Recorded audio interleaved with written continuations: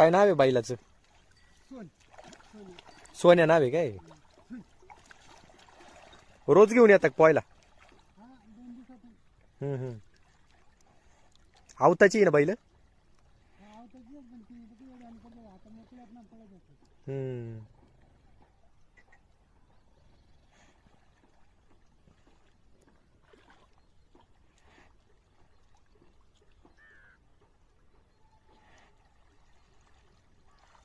तुमचं काय नाव आहे म्हटले? लक्ष्मण मेमाने.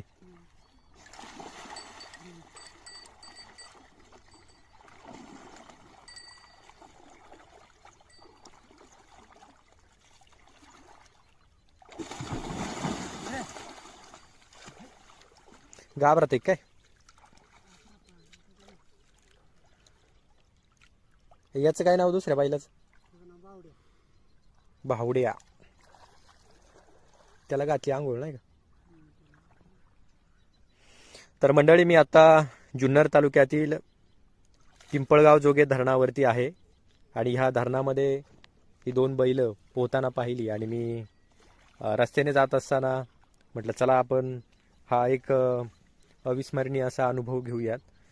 गावाकडे आणि ग्रामीण भागामध्ये अशी चित्र आपल्याला हमखास पाहायला भेटतात आणि एक विशेष खरं तर शहरी भागात राहणाऱ्या लोकांसाठी म्हणजे धरणामध्ये असेल कुठेतरी तलावामध्ये बैल पोहतानाचा जो एक वेगळा आनंद, तो अनुभव या ठिकाणी घेता येत असतो. गावाकडची जीवनशैली फारच सुंदर असते आणि ते गावाकडेच अनुभवायला भेटते.